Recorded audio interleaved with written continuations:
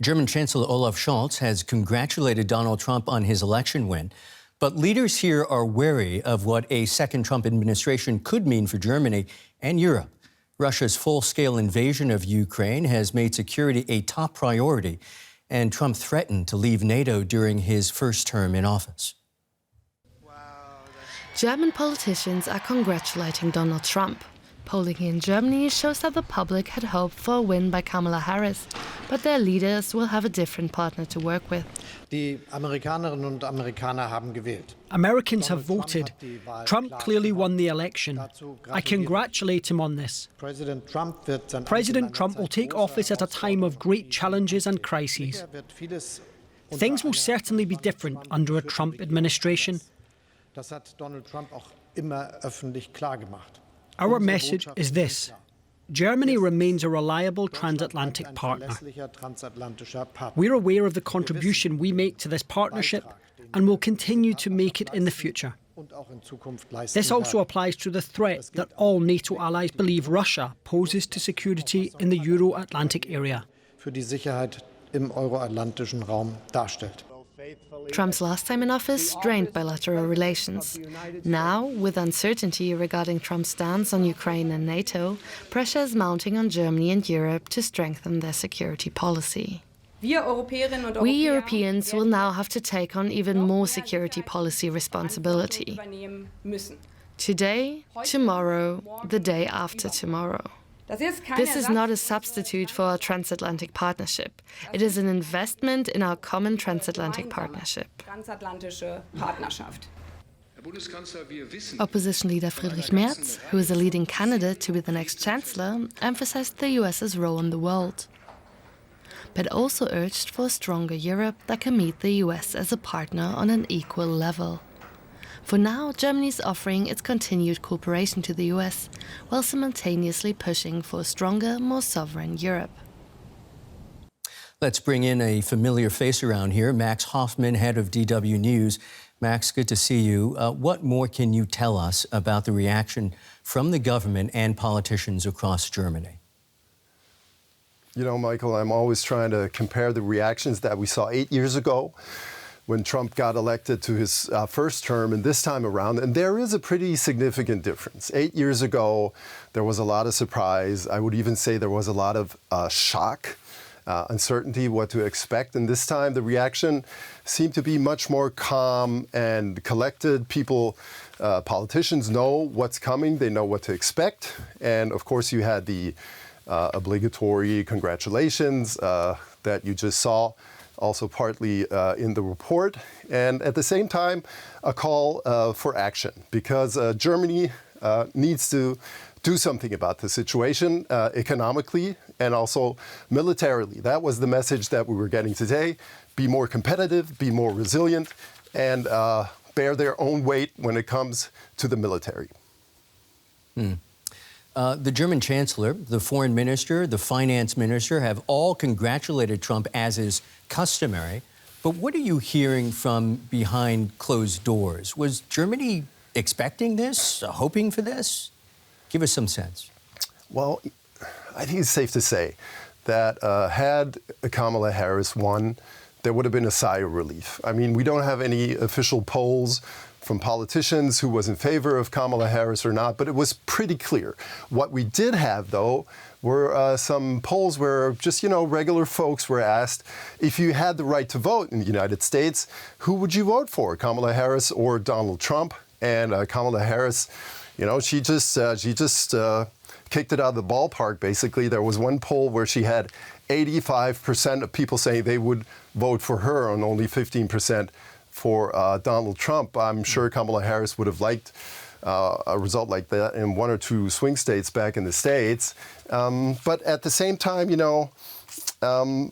we heard a lot of realism today. People saying that, politicians saying, economic leaders saying, lobbyists saying that the difference between a President Kamala Harris and a President Donald Trump wouldn't have been as stark as many people believe. The U.S. would have probably still gone into a mode where they are more, isolationists, where they're more protectionists. Also, Kamala Harris would have asked the Europeans and especially the Germans to do more for the military, to spend more, to invest more into their own protection and not always be under the umbrella of the United States of America. Of course, everybody's realistic here. The tone and probably the landing as a whole would have been softer, but still the Germans would have had to act as well. That's head of DW News, Max Hofmann. Thanks, Max. More European leaders have been congratulating Donald Trump. Hungary's far-right Prime Minister Viktor Orban, a close ally, wrote, "The biggest comeback in U.S. political history. Congratulations to President Donald Trump on his enormous win, a much-needed victory for the world." Here's French President Emmanuel Macron. "Congratulations, President Donald Trump, ready to work together as we were able to do for 4 years, with your convictions and with mine, with respect and ambition for more peace and prosperity." For more, I can now talk to our correspondent in Brussels, Teri Schultz. We just saw messages of congratulations from some of Europe's leaders, Teri. But despite their warmth, aren't Europe's politicians split over Trump? They definitely are, and there would be a significant difference in the amount of genuine warmth between the two messages you just read. Certainly from Viktor Orban, he truly has a friendship with Donald Trump. They've each mentioned each other continuously since Trump announced that he'd be running for president. So that, I would say, is really a friendship. On the other hand, leaders like Emmanuel Macron and most other European leaders have a decent working relationship with Donald Trump. But issuing these messages is a matter of protocol. They're all going to do it. They all are worried about their country's bilateral relationship with the United States. Let's not forget how President Trump in his first term singled out Angela Merkel constantly for criticism, and nobody wants to be that, in the middle of that bullseye this time around. So they're all going to work very hard to foster a friendly relationship with him now that he has been, elected again. And it's something they're very worried about, not only on the level of each country, but also on, of course, how he's going to handle his relationship with the European Union and with NATO. In fact, that's considered one of the reasons why Mark Rutte, the former Prime Minister of the Netherlands, was chosen to be the NATO Secretary General, because he has a good working relationship with Donald Trump. There's no secret that in the halls of power across Europe, there was fear a Trump victory could reignite a transatlantic trade war. He's even called the EU a mini China and threatened tariffs of 10 to 20% on imports from friends and foes alike. How real now is EU fear of a looming trade war?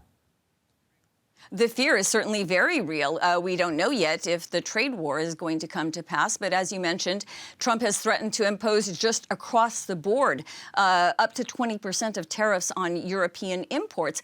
And that would cost, of course, American consumers, first of all, which Trump doesn't always seem to recognize. But it definitely would hurt the European economy. In fact, German authorities have already calculated that if this comes to pass, Germany could lose as much as 180 billion euros over the course of a 4-year Trump term. So that's definitely something that Europeans want to avoid. At the same time, they don't want to take this lying down. And they've already said, we've got our own arsenal of trade tools to unleash against the United States should this come to pass.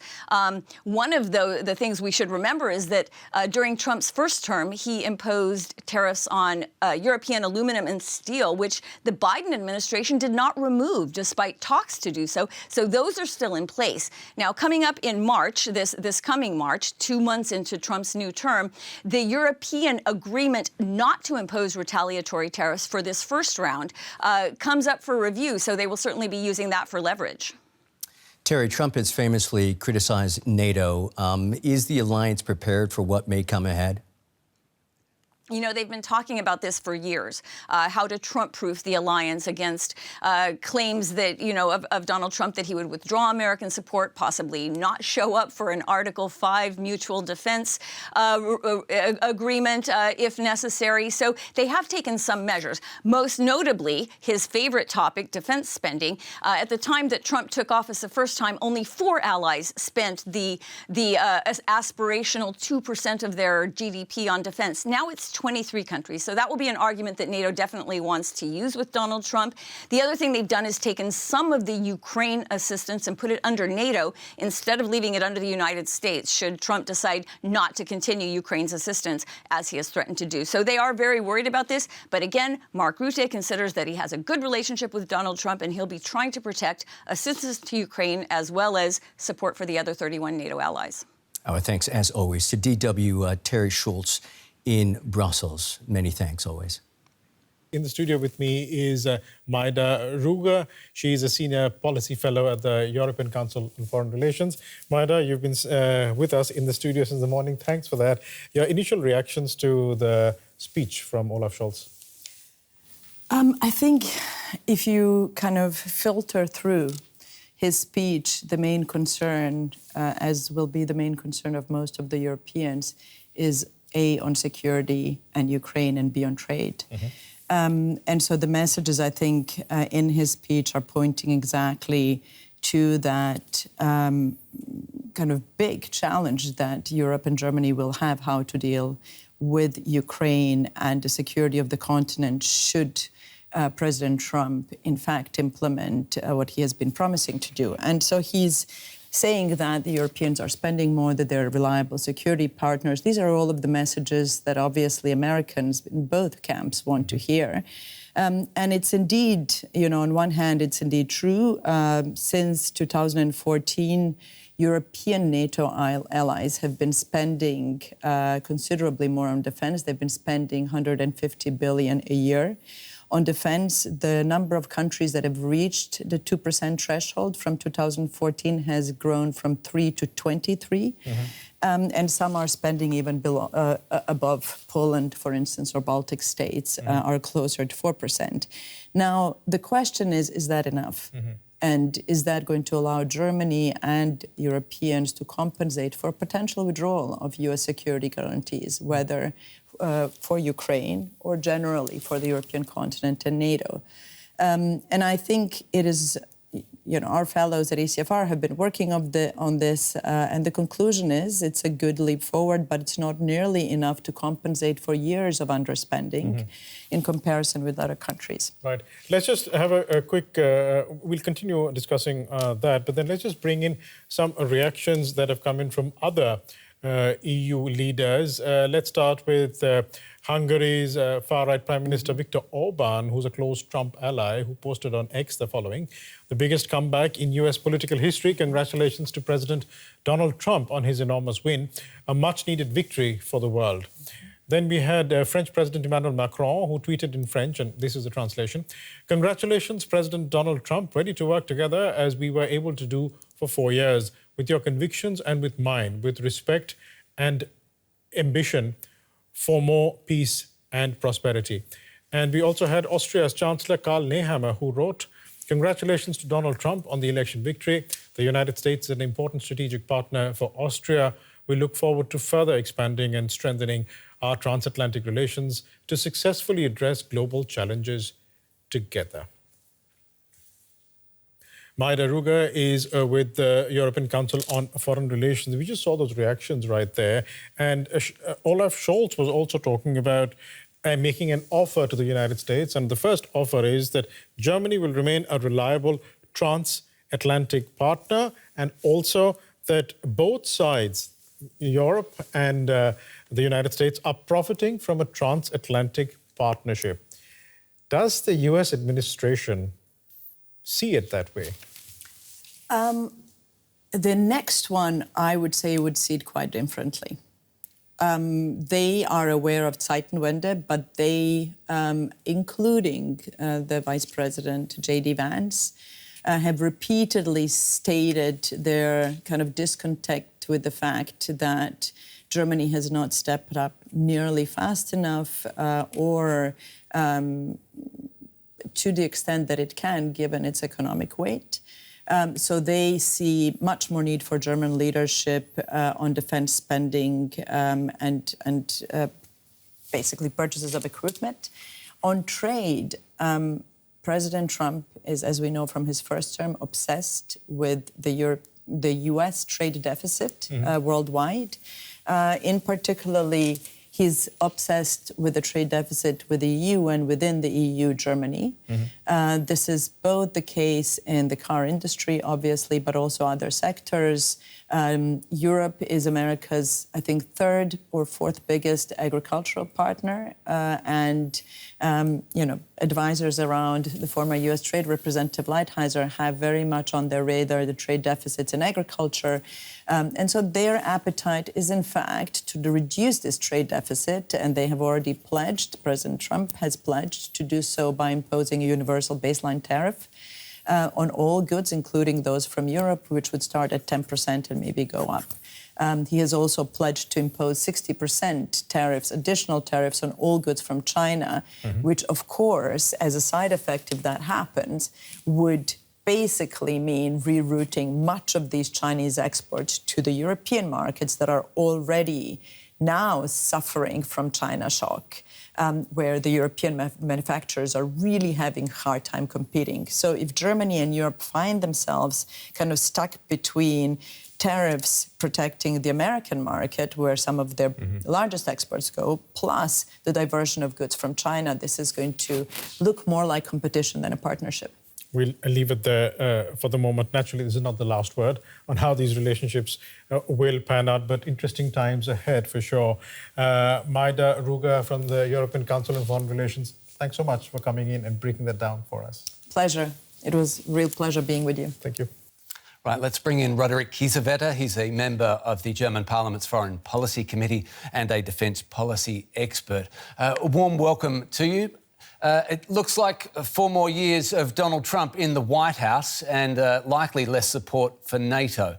I wonder, what was your first reaction to the news when you woke this morning? Well, I followed it the whole night, Mr. Howard, and I'm not surprised. I have expected this since my last visit to the States in early summer. So for me, it was very clear that Trump will win and that this also will have some consequences for us. So you say you're not surprised. You've said in past that Germany and Europe are ill-equipped to lessen their dependence on the US when it comes to security matters. Given that they've had a long time to formulate a reaction to this day, I wonder if you can tell me, where do you think they are falling short? Well, first of all, Germany has missed the chance to organize a burden shifting from the US to Europe and to show the Americans that we are a reliable partner also in future challenges, in economic innovations, especially in military burden sharing for a common security culture. Second, we have not achieved to make clear that Ukraine and support of Ukraine is an added value also for the United States regarding the military capabilities, their knowledge, and also their resources, also the mental resources against this Russian provocation and Russian illegal war.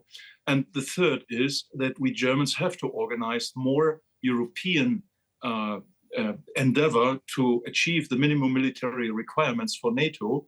This is a missed chance for Germany. We have lost Zeitenwende, it's already history, so we have to renew again. So in regard to that missed chance, with that in mind, Germany has been vocally unequivocal in its support for Ukraine, and today the government in Berlin said it remains committed to close ties with the US. Trump, though, has called US support for Ukraine a massive waste of money, and we know a cutback is coming there. There's a conflict clearly between those two positions. Who is going to carry more weight? Is someone going to carry more weight? Well, Europe has to. It's a war on European soil. The rule-based order in Europe is under attack. Millions of Ukrainians think to leave their country, consider to leave and become refugees because they don't want to live under a really horrible Russian occupation. And what we need to do is that the Americans get more leeway for their invest in the Indo-Pacific, and that they see that Germany and the European partners are more reliable. It was a missed chance, the last visit of our Chancellor to Washington in February this year, when he said, if the Americans don't step in, we Europeans can't. This was a very bad message to Putin, because he sees without the Americans, Europe, he can isolate even more and destroy Ukraine. So what would have been much more appropriate to organize a common visit of European heads of states and government to the United States and to organize flexible response and a very necessary signal that the transatlantic partnership is not a one-way road, that US is supporting us. We also need to protect and safeguard the United States in their way, to protect and to also to push through their will to strengthen the rule-based international order, the supply chains in the Indo-Pacific, to contain China, and to support South Korea, Taiwan, Indonesia, and Philippines, for example, Japan. One more before we go. Do you think, you raised the spectre of Russian occupation of Ukraine, do you think this result may force Europe to reconsider its position that all occupied Ukrainian territory, such as the Donbass, must be returned to Kyiv? Yes, if Europe is failing, then the whole idea of Europe as a region of peace, freedom, and self-determination will fail. And if this is the case, the United States will be weakened. So it's the hour of Europe. Our clock is very loud, and we need to use the next months to reorganize European security under the umbrella of the nuclear protection of the United States, and also to show our citizens that peace and freedom have a price, and one part of the price is a more sustainable support for Ukraine. Member of the German Parliament's Foreign Committee, Roderich Kiesewetter. Thank you so much for your time. Thank you. Well, more European leaders have been congratulating Donald Trump. Hungary's far-right Prime Minister Viktor Orban, a close ally, wrote, "The biggest comeback in US political history. Congratulations to President Donald Trump on his enormous win, a much-needed victory for the world." Here's French President Emmanuel Macron's, "Congratulations, President Donald Trump, ready to work together as we were able to do for 4 years, with your convictions and with mine, with respect and ambition for more peace and prosperity."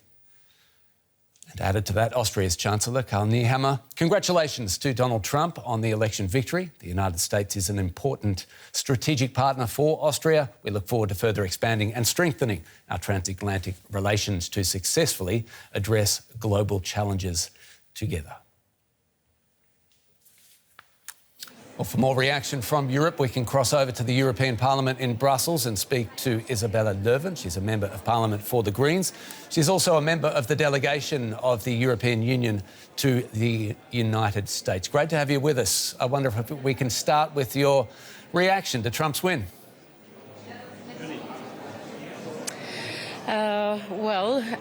This is, of course, a democratic election, and the EU and the US needs to cooperate and continue with the very, very important issues that we have at hand now. But I'm also worried because I was a minister in Sweden when Donald Trump won the last time. And I remember very clearly what happened immediately at the global stage when the US really abandoned its leadership on climate totally. And also that the rights of women and the world, the rights-based world order was also questioned during that time, Agenda 2030 and the UN institutions. So this is a moment where the EU needs to step up very, very much and take leadership. Trump has already threatened the EU with tariffs and brought security cooperation very much into question. What could it mean for Europe, a second coming of Donald Trump? Yes, I mean, this is really something that we are very worried about, that tariffs and all these types of trade measures will hamper the global economy and not least the situation here in Europe. But we have to adapt to this situation, and I think the EU must make sure that we are self-sufficient on many areas. But also, we live in a climate crisis. This we can't forget about.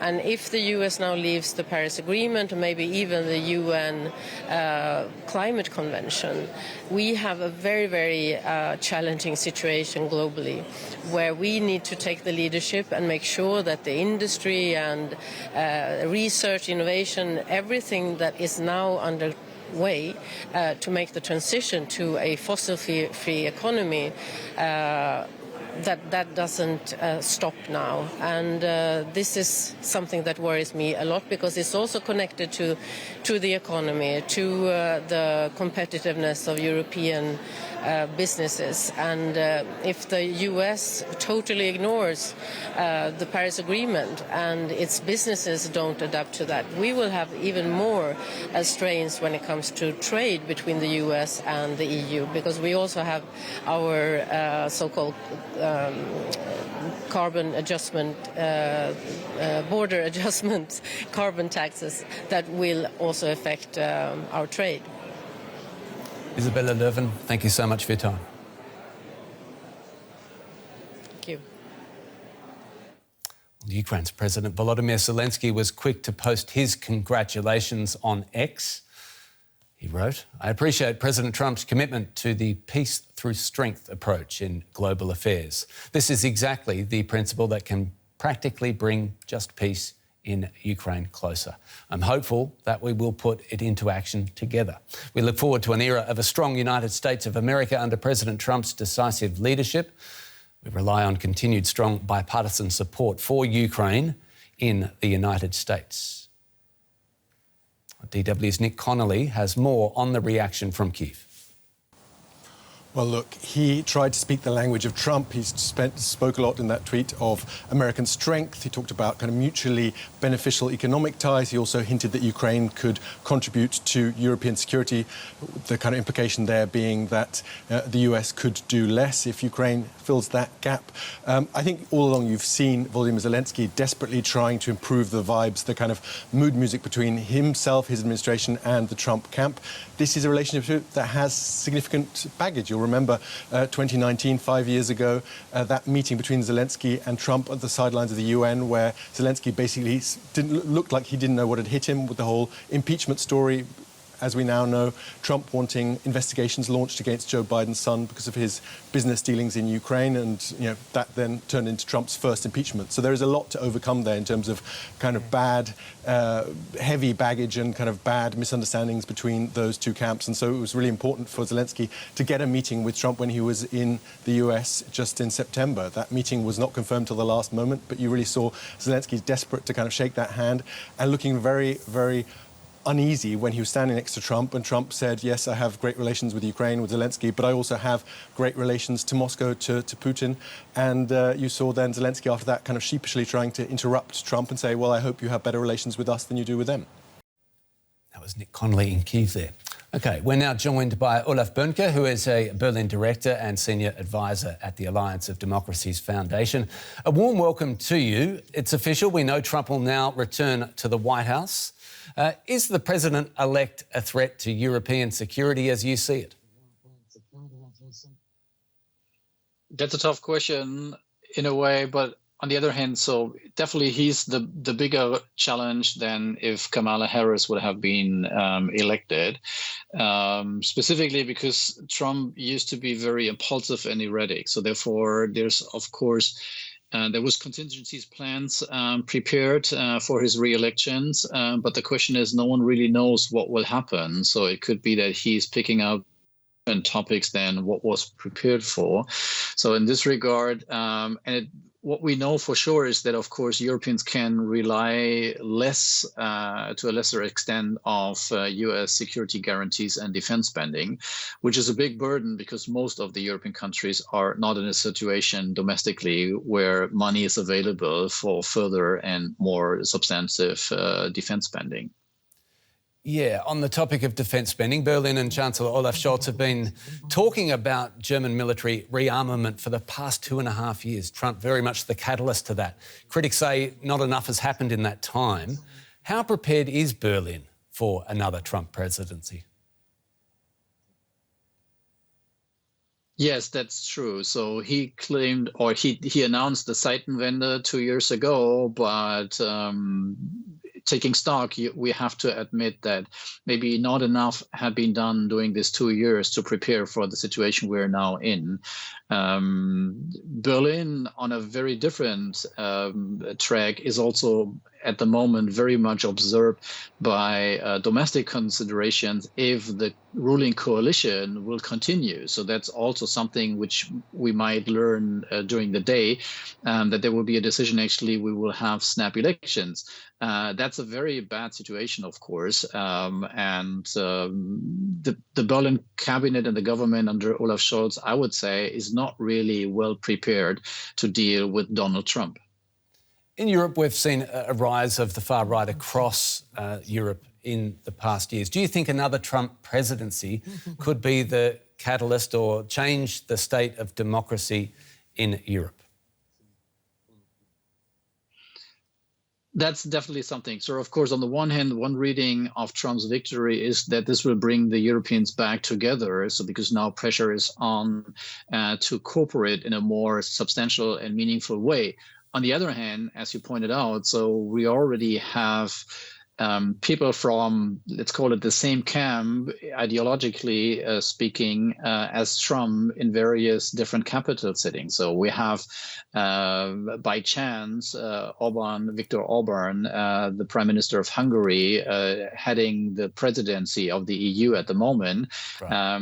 We have, with Meloni, another actually transatlantic right-wing leader of a government. On the other hand, she's very supportive of Ukraine. So therefore, it's I think it will boost right-wing populists and extremists in Europe because they see themselves actually proved by Trump's victory.